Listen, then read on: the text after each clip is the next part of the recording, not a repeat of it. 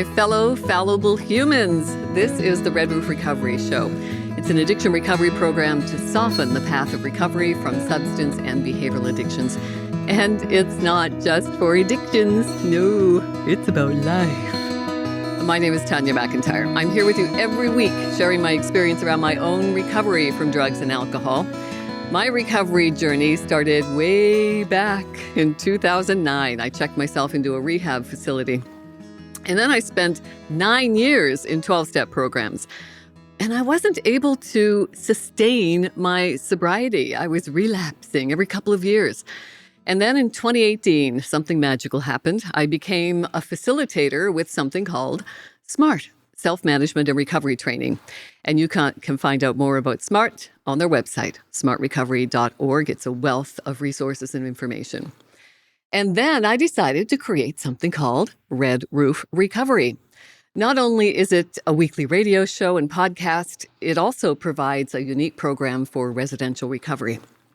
And I also wanted to develop relapse prevention programs because, like a lot of people like me, relapsing can be a challenge sometimes when it comes to sustaining and maintaining abstinence from harmful substances and behaviors.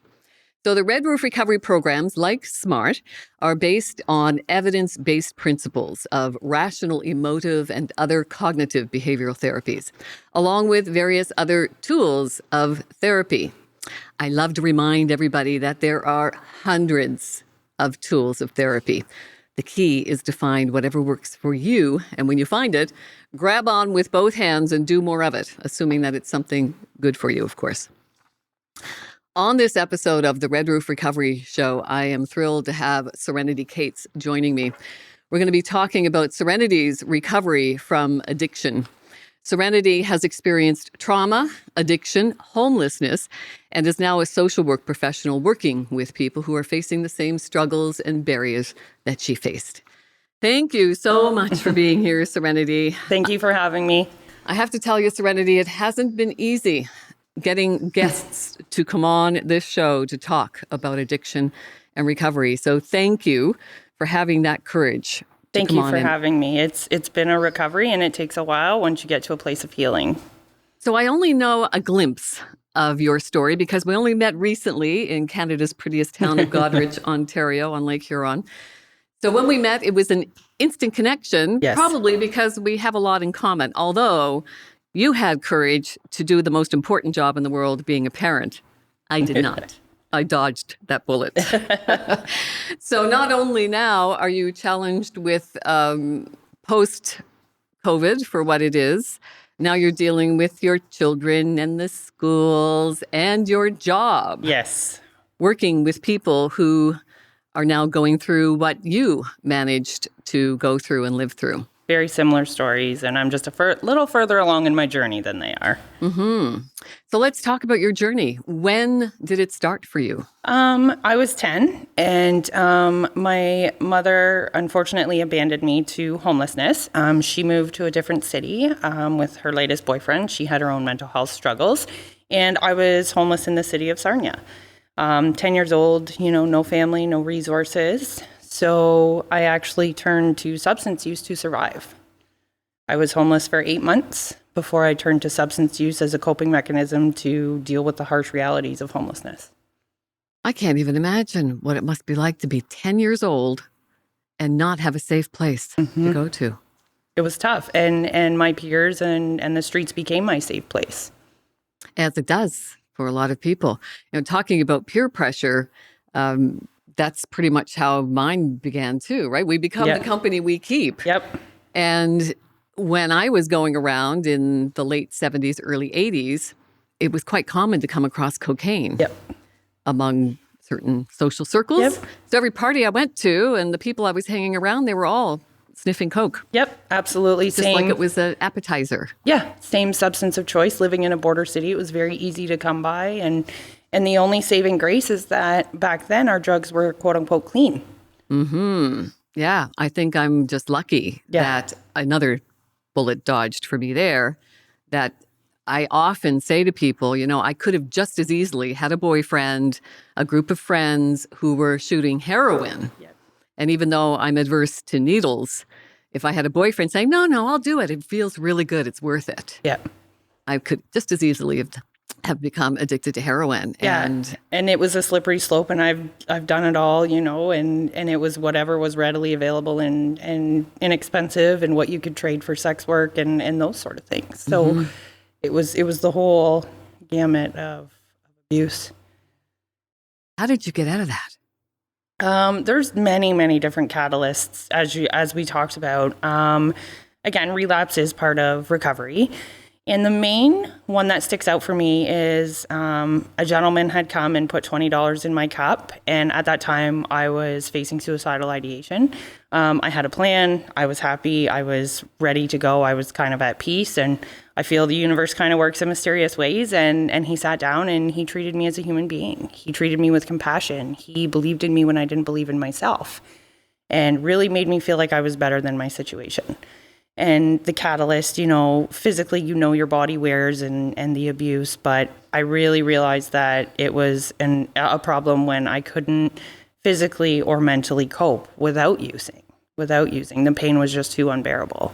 Mm-hmm. Are you comfortable talking about the drugs that you were using? Yeah, absolutely. I definitely used cocaine. I used acid. I used heroin, used needles, used anything and everything readily available to me. So we talk about, I know in recovery circles, and as much as I dislike this term, hitting bottom, right? Because everybody's bottom is different. Yep. And even people, my peer group now who are in recovery, sometimes when, we're sharing stories and it's supposed to be confidential, but, when you're in certain circles, people get to know you. And then I'm told that, you were kind of what we call a high bottom drunk.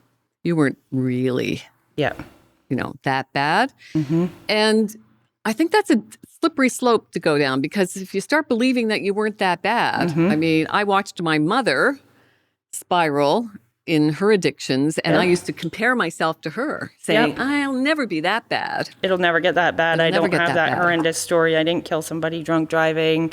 You're not an addict. I've heard it all. And from close friends and family. Yeah. You weren't that bad. What do you mean that bad? What's bad? What's bottom? What's bad? What's bottom? And for everybody, it's absolutely different. Some people it's being in a merge of being in a coma, and some people it's losing their kids. And it's so individualized that it's not fair.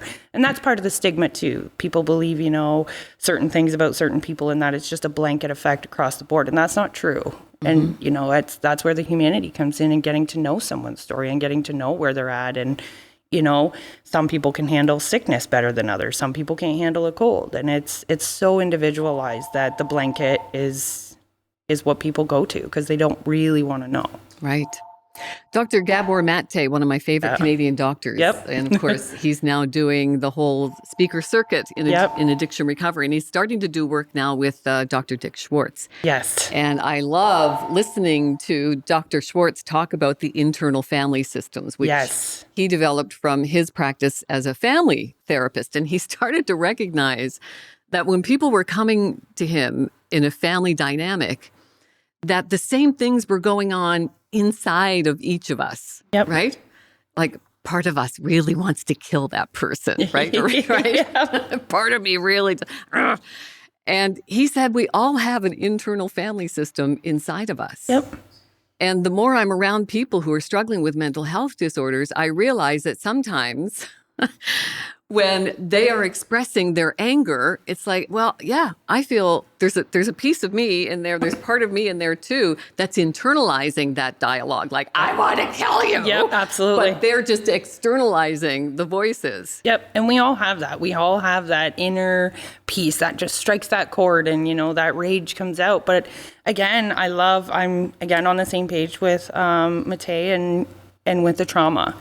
That's a big piece of it. I know for my recovery, that was a huge reason why I was self-medicating, was because I did have mental health. I did have PTSD at the time. The sexual abuse for me began at 3 years old. So at 3 years old, you can't even begin to fathom those deep-seated ingrained trauma. And I believe that's a huge reason for substance use. Well, Dr. Gabor Mate did say that. He said the common thread, he spent about a dozen years in Vancouver's East Side, which is the most chronically addicted population, I think, in North America. Yeah, it's unbelievable to see. Yeah. And he said the most common thing that he heard among people who were addicted, it didn't matter what they were addicted to, Yep. was that there was some kind of trauma normally associated with childhood Yep. trauma. And I see that a lot with my folks that I'm supporting now, is that's common thread. And, we tend to use substances to numb the pain, to numb what's going on in our mind, to numb our physical pain. So it just makes sense, that you use substance to try and cope with something physically or surgery or something, and it spirals out of control because we want out of our own minds. And same with behavioral addictions. I was addicted to anything that made me feel good, anything that could get me out of my mind, whether it was sex, drugs, gambling, gaming, you name it. Those were the pieces that helped me escape my mind because it was too painful. And I didn't know what it was going to do. Mm-hmm. And now with things that have happened in the past couple of years with this pandemic, we're seeing suicide rates, addiction rates triple. Mm-hmm. And never before in any time in history have teenagers have been now chronically affected. Yep. And I see that in my own family. Mm-hmm. My children's mental health has decreased. They're more curious about substance. What can I do to get out of my own mind? And unfortunately, with the system the way it is, a lot of the times it's designed to fail for individuals, and the waiting lists are just astronomical. If someone wants to detox, they can go for a couple of days, but the waiting list is 6 months. And then poverty plays a big part in it too, especially now, with housing crisis and stuff like that. And unfortunately now, the drug of choice usually is meth because it is so inexpensive. And it's so deadly. So it's kind of everything compounding together. And post-pandemic, we're going to be a long time trying to recover. Absolutely. And lack of affordable housing those numbers are not increasing at all. And I've noticed the rates of inflation are at least 25% Absolutely. now. Yep. And wages are not going up 25%. So where are we going to find that balance? I talk a lot about trying to find balance, especially when it comes to taking substances, because we take substances for one of two reasons. We're trying to deaden pain or increase pleasure, often both. So now we're in a situation where gambling addictions too are now skyrocketing. And I don't think it's any coincidence that social media, and I find myself too, when I'm trying to shut off this, I call them the ants, the automatic negative thoughts that never shut up. Yeah. And I'm scrolling through my phone on social media, and that movement of going up on your phone is the same as the one-armed bandits, right? Yep. It's that repetitive thing, that cycle that feeds those chemicals in our brain. I often talk about the dopamine reward axis that's connected with addiction. And it immediately releases the serotonin, and it decreases the cortisol that causes the stress hormones. And that's the other thing is part of recovery is you have to know your triggers, and you have to know what's good for you and what safety nets you can have in place. And, that's how I cope is being self-aware.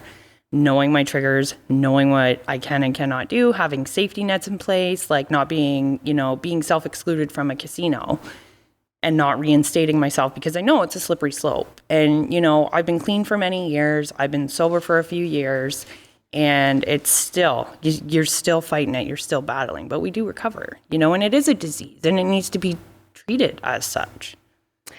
How do you feel about the labels? 'Cause when I became involved with SMART, self-management and recovery training, they discouraged the use of labels. And of course, I had been indoctrinated with 12-step programs where you sit in a circle and you say, "Hi, I'm Tanya, and I'm an alcoholic and an addict."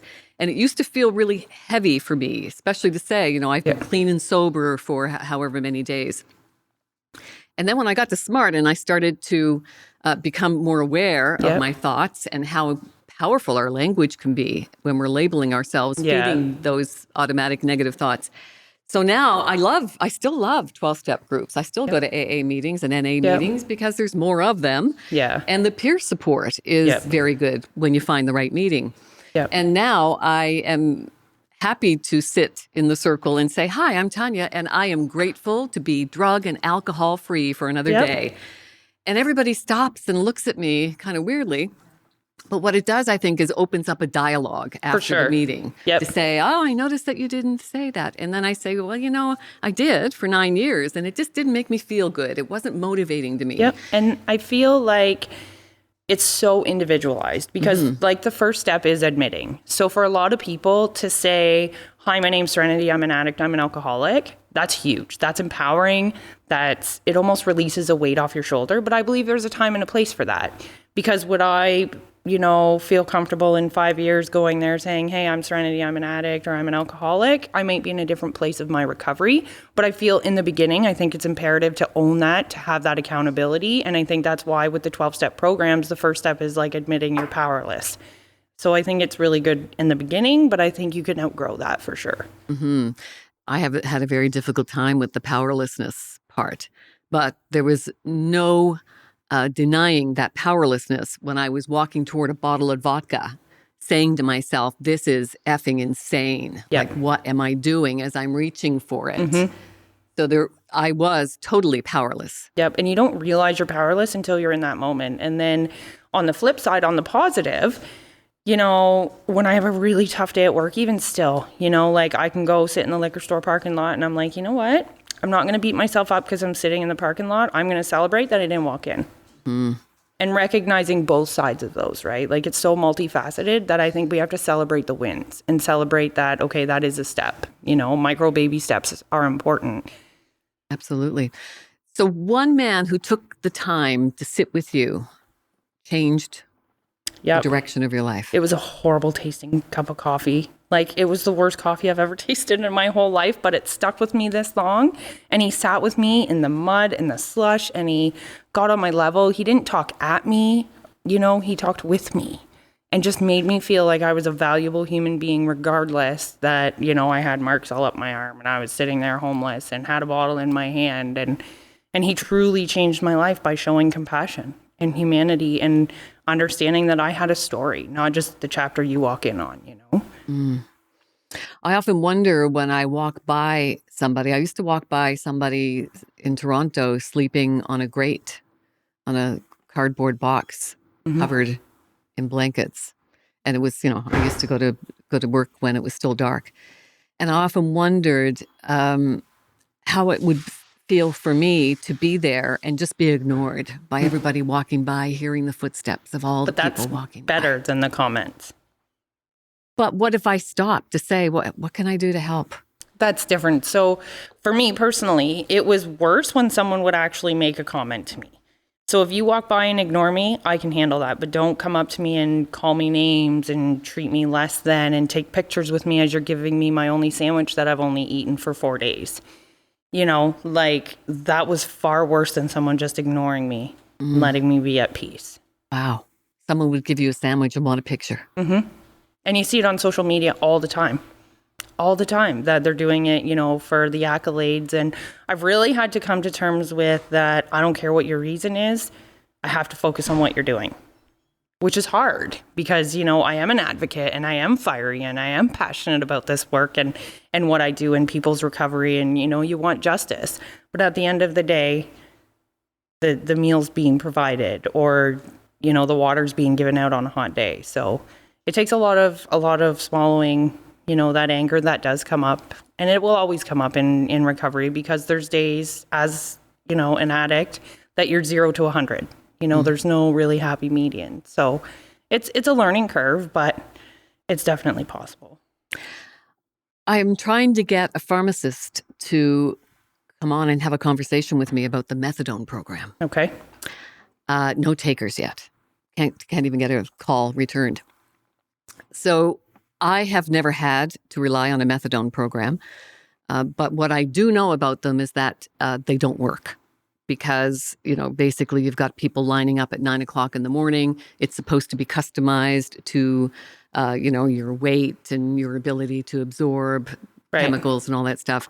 But there's really no time for that. It's like Dr. Gabor Mate said, when I had a 5-year-old coming in to me complaining about asthma, I didn't have time to ask what's a 5-year-old stressed about in life. Yeah. All I could do was give him a puffer, a stress hormone to treat stress. Yeah. I don't have time to say, why are you as a 5-year-old stressed? And I think that's what we're facing now. I believe part of that is true. Again, it's very individualized, but I know for some of the people I support, it's very important that they get their prescription and they get all of this kind of red tape stuff done before they actually go to the clinic. But you're right, they're overworked, they're overwhelmed. There's a lot of people that are, trying to utilize these systems. But I think that's where support people come in. I think that's where, peers come in or agencies come in, and we try and connect people to those agencies so that they can kind of do that legwork to make sure that they are getting what they need. And that's where the harm reduction comes in. That's where the stigma, we have to battle that stigma that, harm reduction is a positivity. Because I know when I tried to go to rehab very, very briefly, back then they weren't in a harm reduction framework.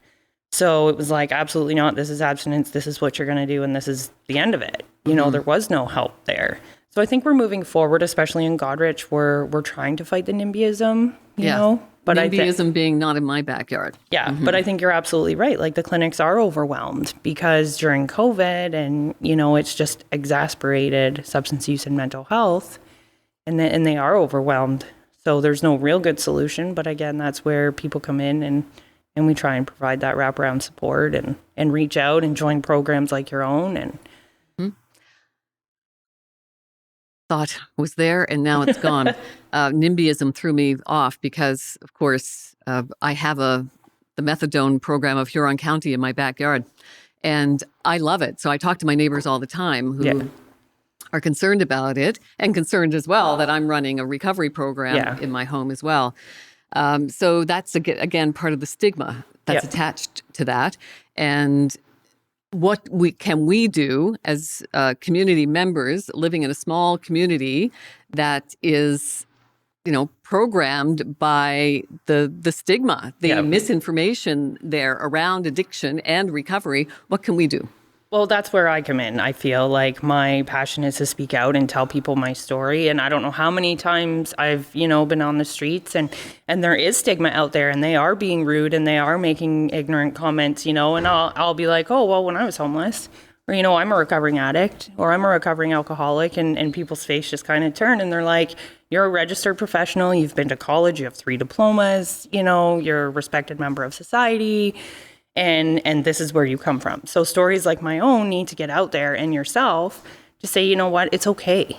Like this happens. It's okay to talk about. It's okay to, get on board with this. And again, it begins with humanity and compassion. That's the first step, is understanding everybody has a story. And, put yourself in their shoes. Everybody has had bad days and probably yelled at their spouse or their kid. And, how would you feel if I judged you at your weakest moment? Or at your most frustrating moment? So it's just having those talks and getting the word out there. Well, thanks so much, Serenity, for being brave enough to come and talk to me openly about this, because it's something I think that we need to talk more about. I mean, it wasn't easy for me to decide to start talking openly about my recovery and addictions. And when I started to do the show, I was shocked at the number of people who messaged me to say, are you sure you want to be associated with that? Yep, this could cost you your career. This could cost you your family. Why are you doing this? But when you know, you know. And I feel like it's so important that we do share our success stories. I mean, we all know there's a lot of stories out there that end in death and that people don't recover, but we offer hope. When you treat someone like a human being, there's hope that they can be, they can recover and they can move forward. Yeah, exactly. I mean, experience, strength, and hope, right? Yep. That's what we learn in the 12-step programs. And I love the fact that I often say that AA saved my life and Smart Recovery gave me my life back. I think 12-step programs are the best personal development program on the planet. Yep, it really forces you to reflect and take inventory. And again, we're moving away from the God and the religious part of these meetings. Oh, I think actually Toronto has agnostic AA now. Yes, which is great because that turns a lot of people off. Yes. But again, if it's, it's called your higher power and whatever that means to you. So I think we are making progress and moving forward. And AA is a great way to self-reflect, if nothing else. And you take what you want and leave the rest. But I know for me, it's people's stories. It's walking into the room feeling like I'm home, feeling like I get it, feeling like they have the same sort of brain I do and they understand the compulsion and inability to stop. It's a disorder. It's not, It is a brain disorder. It's a mental health disorder. It's a chronic illness, a complex illness for sure. I mean, Absolutely. why I love being aligned with evidence-based programs because science is always evolving. Yep. And we're learning more and more about addiction all the time. And I'm fascinated by this whole dopamine reward axis. You know, it's all about maintaining those dopamine levels so we can maintain our motivation. It's all about maintaining the motivation to continue the work. And the science behind the cortisol constantly being in fight or flight, and especially when you're experiencing homelessness, you're in survival mode. Absolutely, yeah. So that all, they're starting to realize that it is a chemical imbalance, that there is a reason for this, and people aren't choosing, I want to be, addicted to meth. You know what I mean? That's not a conscious choice that people make. Exactly. So. Serenity Cates, you are an amazing human being. I am so glad whoever that kind soul was who sat with you in the slushy mud and got you the help you needed when you did. Yeah, I'm eternally grateful, and I'm making living amends and trying to pay it forward by sharing my story and connecting with people like yourself, because I think it's so imperative. We got to stick together, especially in these times. They say the opposite of addiction is connection. Absolutely. Thank you so much for Thank you for having me. If someone wants to reach out to you, what's the best way for them to do that? Probably via email. Okay. Email or remind me what that was. It's serenity-now@live.ca. Serenity-now at live.ca. Yep. Now, was Serenity your birth name? That's correct. That's amazing. Yeah. I love Serenity. I don't think it's any coincidence as well that my rehab situation, my stay was at Serenity House. Yes. And Serenity Now, I don't know if anybody watches Seinfeld, but that was a moment for me. So that's Serenity Now. So my license plates do say Serenity Now. I love it. Thanks so much, Serenity. So I hope today's episode has offered some insights around addiction and recovery, and maybe helped open up some possibilities for more introspection and acceptance in your life with your fellow fallible humans as well. If you'd like to be a guest on the show, I would love to hear from you. If you know someone who might qualify for my unique residential recovery program, please email me, redroofrecovery@gmail.com. I've authored a couple of books, and I would love for you to buy them. Mindful Wisdom from My Philosopher Dad, Sage Advice from a Single Father. This was a tribute to my father, who raised me as a single dad in the 60s and 70s. No easy task while he was struggling with his own addictions. And then during the pandemic, I wrote a second book in his honor, Daily Wisdom from My Philosopher Dad, Some Inspiration to Guide Your Days. And this one I set up as a journal, because journaling has been a critical component of my addiction recovery journey. So there's an inspirational saying on every day of the year.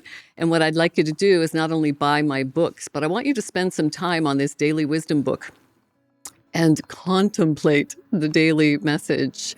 Be who you are and say what you feel. You might want to filter that sometimes. But there's some introspection to be had there. I find the power of words is extremely powerful. But holy moly, the power of the written word can be life transformational at times. It certainly has been for me. I want to thank you for being here, spending 30 minutes of your day with me. It means a lot. You're an integral part of my recovery journey. Remember to talk to yourself like you talk to your best friends. And may the force be with you. Remember, you are the force.